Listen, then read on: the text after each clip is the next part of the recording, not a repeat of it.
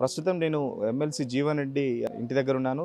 జీవన్ రెడ్డి ఇంట్లో ఇప్పుడు ప్రస్తుతం డిప్యూటీ సీఎం బట్టి విక్రమార్క, మంత్రి శ్రీధర్ బాబు, పెద్దపల్లి ఎమ్మెల్యే విజయరామరావు, రామగుండం ఎమ్మెల్యే రాజ్ ఠాకూర్ వీళ్ళంతా జీవన్ రెడ్డిని బుజ్జగించే ప్రయత్నం చేస్తున్నారు. జీవన్ రెడ్డి నిన్న బీఆర్ఎస్ ఎమ్మెల్యే జాయిన్ అయిన తర్వాత నుంచి కొంచెం అసంతృప్తితో ఉన్నారు. సో దీన్ని బట్టి రేవంత్ రెడ్డి ఈ టీంని అంతా పంపించారని చెప్పొచ్చు. సో రేవంత్ రెడ్డి పంపించిన టీం ఆల్రెడీ జీవన్ రెడ్డితో చర్చలు జరుపుతుంది. మనతో పాటు జగిత్యాల నుంచి కొందరు కార్యకర్తలు వచ్చారు, వాళ్ళని అడిగి తెలుసుకుందాం. సరే, ఏంటి అసలు జీవన్ రెడ్డి అసంతృప్తి ఉన్నారు, మీరు ఎట్లా ఉంది పరిస్థితి జాయినింగ్ తర్వాత, సంజయ్ జాయినింగ్ తర్వాత? మాకు ఒకటే బాధ సార్, ఇన్ని రోజులు మేము ఆయన ప్రత్యర్థిగా భావించి ఆయన మీద కొట్లాడడం జరిగింది. ఇదే విషయంలో సార్ను సంప్రదించి సార్ను మాట్లాడి తీసుకుంటే మాకు ఎలాంటి అభ్యంతరం లేకుంటుండే. ఇదే మా ప్రత్యర్థితో చాలా సంవత్సరాలకు వెళ్ళి కొట్లాడిన తర్వాత తీసుకొని ఇప్పుడు మా నెత్తి మీద రుద్దితే మేము ఎలా స్వీకరిస్తాం? అదే మా బాధ తప్పితే ముఖ్యమంత్రి మీద మాకేం వ్యతిరేకత లేదు, పార్టీ మీద వ్యతిరేకత లేదు. మా చెప్పి తీసుకుంటే మీకు ఓకే అంటున్నారా ఎట్లా? ఏంటి చెప్పి తీసుకుంటే సార్ కూడా అంటుండు, సార్ కూడా నన్ను గౌరవించి సార్ చాలా సీనియర్ కాబట్టి తనను సంప్రదించి తీసుకుంటే చాలా బాగుంటుండే. అదొక్కడే పెద్ద, అది డైరెక్ట్ తీసుకొని మా నెత్తి మీద రుద్దితే మేము ఎలా ఒప్పుకుంటాం? గీత గీసి కొట్లాడుకున్న వాళ్ళం, మేము ముఖాముఖి కొట్లాడుకున్న వాళ్ళం. ఆ బాధ ఒకటే కార్యకర్తలల్లో. మేము ఈ నిర్ణయాన్ని స్వీకరిస్తలేం. అంటే ఇప్పుడు కార్యకర్తలు గ్రౌండ్ లెవెల్లో కలిసే పరిస్థితి ఉందా? ఇప్పుడు బీఆర్ఎస్ వాళ్ళు సంజయ్తో వచ్చిన వాళ్ళైనా లేకపోతే మీరైనా? లేదు, వాళ్ళతో గెలవడానికి మాకు మేము 10 సంవత్సరాలు ప్రతిపక్ష కార్యకర్త వాళ్ళకు అపోజిట్గా ఉండి అన్నిటికీ ఓర్చుకొని మేము కార్యకర్తగా పనిచేసినాం. బీఆర్ఎస్ ప్రభుత్వం ఉన్నప్పుడు మేము వాళ్ళని తట్టుకొని మేము ఇదే సంజయ్ కుమార్ ఎన్నో చర్యలు చేపట్టాడు మా కార్యకర్తల మీద.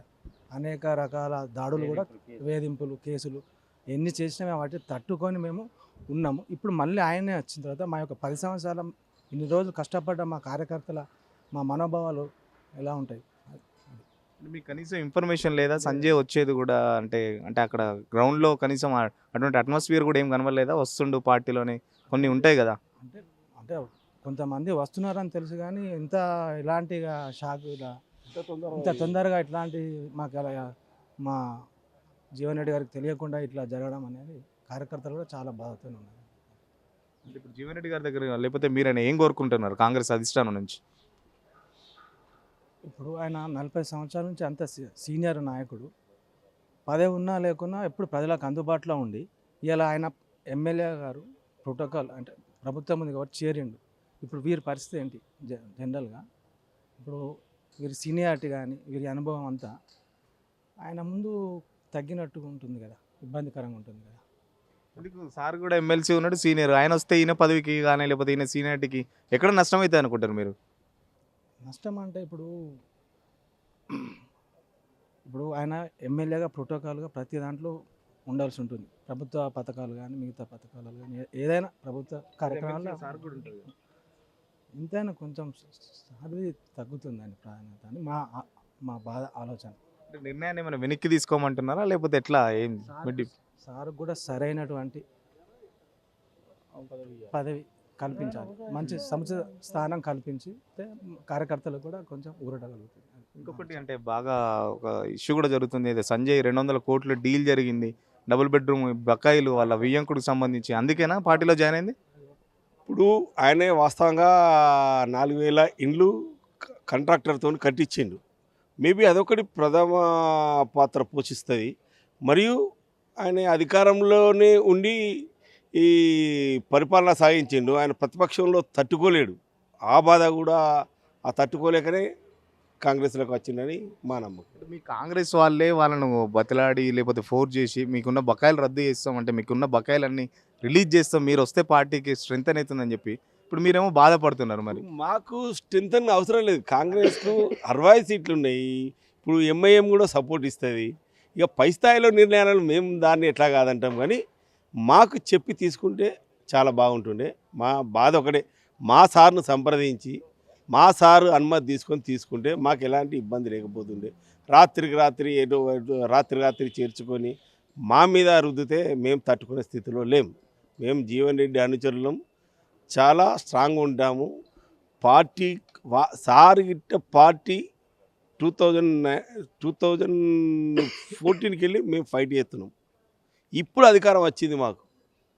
2009కి వెళ్ళి మేము ఫైట్ చేసినాం కొన్నిసార్లు. 2009లో మా అధికార పార్టీ మా సార్ ఓడిపోయినప్పుడు అప్పటికెళ్ళి మేము గవర్నమెంట్కి వ్యతిరేకంగానే గవర్నమెంట్లో మేము పాలు పంచుకోవాలి. ఇప్పుడు వచ్చిందల్లా మాకు ఈ విధంగా అన్యాయం చేస్తే చాలా బాధ అనిపిస్తుంది. అంటే సంజయ్తో పాటు కార్యకర్తలు కూడా ఎవరైనా వస్తున్నారా, ఓన్లీ సంజయ్ లేకపోతే ఎట్లా గ్రౌండ్లో ఎట్లా ఉంది కార్యకర్తల పరిస్థితి మీది? సంజయ్తోని కార్యకర్తలు అయితే నిన్న జైచాల్లో టీఆర్ఎస్ వాళ్ళు చాలా అసోసియేషన్ చేసి చాలా చేసిండు. దిష్టి బొమ్మల దగ్గర పెట్టిండు, ఆయన ఇంటి దగ్గర వచ్చిండు. వాళ్ళు ఎవరు అడ్డుకోలే. ఇక తన పరిస్థితి ఆ పార్టీ అట్లా రాజీనామా చేసి రావాలని వాళ్ళు కోరుతున్నారు. రాజీనామా చేసేస్తే ఫైన్, మాకేం అభ్యంతరం ఉంటుంది. టికెట్ ఆయనకు వస్తుందా లేకపోతే అసలు మీ సార్కి? అధిష్టానం నిర్ణయం ఉంటుంది. మా సారే ముందు ఉంటాడు అందులో కూడా. అన్న ఏంటి మీ బాధ ఏంటి? జీవన్ రెడ్డి సార్ నిన్నటి నుంచి అసంతృప్తితో ఉన్నాడు. ఒకరి వైపు సంజయ్ బీఆర్ఎస్ ఎమ్మెల్యే మీ పార్టీలో జాయిన్ అయ్యండి, ఎట్లా అనిపిస్తుంది మీకు? ఏంటి 40 సంవత్సరాల నుండి జీవన్ రెడ్డి గారు కాంగ్రెస్ పార్టీని పట్టుకొని ఉన్నారు. జెండా మోసిందే కాంగ్రెస్ పార్టీ మారాలంటే పదవులకు ఆశించాలంటే తను ఎన్నో కేసీఆర్ గారు కానీ కేటీఆర్ గారు స్వయంగా వచ్చి జయించాలని ఎక్కించుకుపోయారు. కేసీఆర్ గారు కూడా స్వయంగా అసెంబ్లీలోకి వచ్చి తన పక్క కూర్చుండి మంత్రి పదవి ఇస్తానని ఆపణ చేశారు.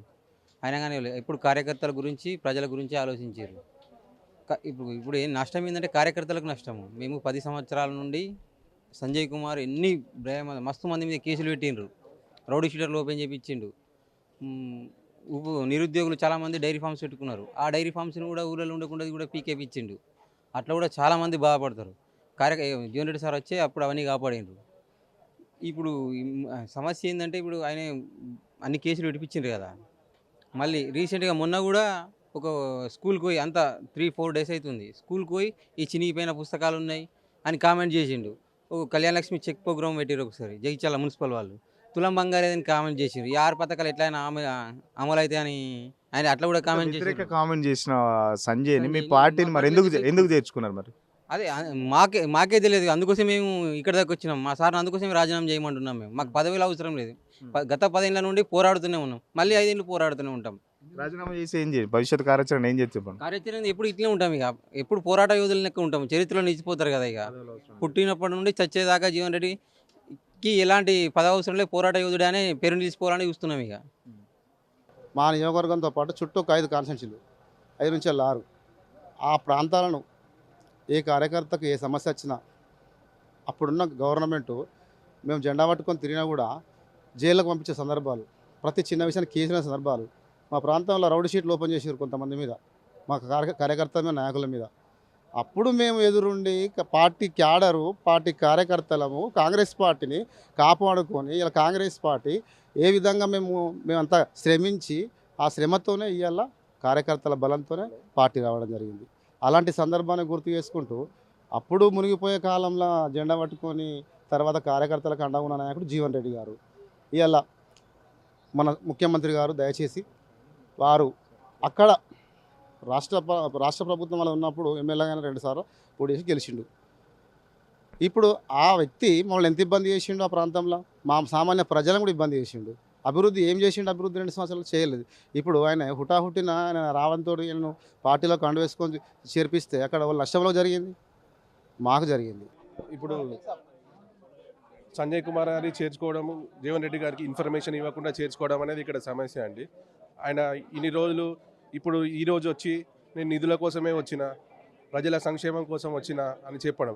10 ఏళ్ళ నుండి వాళ్ళ గవర్నమెంట్ ఉంది, నువ్వు ఎన్ని నిధులు తెచ్చినావు, మరి ఎంత డెవలప్మెంట్ చేసినావు అనేది నువ్వు చెప్పి పార్టీలో జాయిన్ అయితే జీవన్ రెడ్డి గారి ఇంటిమేషన్తో ఆయనకు ఇన్ఫర్మేషన్ ఇచ్చి ఆయనను కూడా కలుపుకొని వెళ్తే బాగుండేది.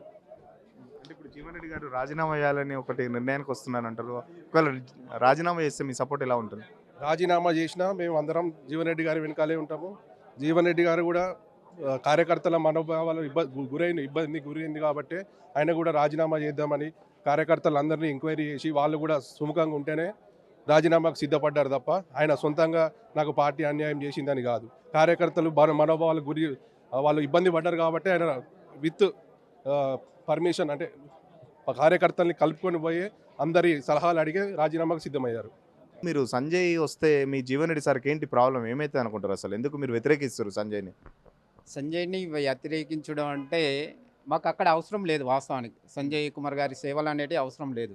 ఎందుకంటే మాకు ఉన్న ప్రస్తుత ఎమ్మెల్సీ గారు ఉన్నారు. గత 40 సంవత్సరాల నుండి పార్టీకి కానీ మా కార్యకర్తలకు కానీ అనేక రకమైన సేవలు అందిస్తున్నారు. వారి ద్వారా ఎటువంటి లోటు లేదు కాబట్టి ఇప్పుడు మాకు కొత్త నాయకత్వం అనేది అవసరం లేదు వాస్తవానికి మా నియోజకవర్గానికి వచ్చేసి. అంటే ఆల్రెడీ గవర్నమెంట్ దగ్గర సంఖ్యాబలం ఉన్నది, 65 మంది ఎమ్మెల్యేలు ఉన్నారు, సఫిషియెంట్గా ఉన్నారు. మళ్ళీ మొన్ననే రీసెంట్గా పోచారం కానీ గతంలో దానం లేకపోతే కడియం వీళ్ళంతా జాయిన్ అవ్వడం కాంగ్రెస్ కార్యకర్తలు మీకు ఎట్లా అనిపిస్తుంది? ఇది ఒక రకంగా ఇబ్బంది. వాస్తవానికి కూడా కాంగ్రెస్ కార్యకర్త కావచ్చు, ఏ పార్టీ కార్యకర్తలమైనా కానీ ఒప్పుకోలేని సత్యం. ఎందుకంటే వేరే వాళ్ళతో రావడం అనేది సరైన పద్ధతి కాదు. ఏదైనా ఉన్న దాంతో నడిపించుకోవడమే సరైన పద్ధతి. అంటే మీ బాధ చెప్పి చేసుకోలేదనా, లేదా చెప్పి జాయిన్ చేసుకుంటే బాగుండనా, లేకపోతే అసలు ఆయన వచ్చుడే ఇష్టం లేదా మీకు ఎట్లా? అయితే వచ్చుడే ఇష్టం లేదు. ఎందుకంటే చెప్పినా చెప్పకుండా అది పెద్ద ఇష్యూ ఏం కాదు. వేరే పార్టీ వాళ్ళు రావడం అనేది చాలా ఇబ్బందికరం. ఎందుకంటే గత 10 సంవత్సరాల నుండి అధికారానికి దూరమై అనేక కష్ట నష్టాలకు ఓడ్చుకొని ఈరోజు నిలబడి అధికారం వచ్చిన వల్ల ఒక 4 రోజులు కాకంటే ముందే మళ్ళీ వాళ్ళ చేతులకు అధికారం వేయడం వల్ల ఇన్ని రోజులు సేవ చేసిన కష్టపడ్డ ఫలితం కూడా కార్యకర్తలకు లేదు. అందు గురించనే వేరే వాళ్ళు కూడా అవసరం లేదనేది మా అభిప్రాయం.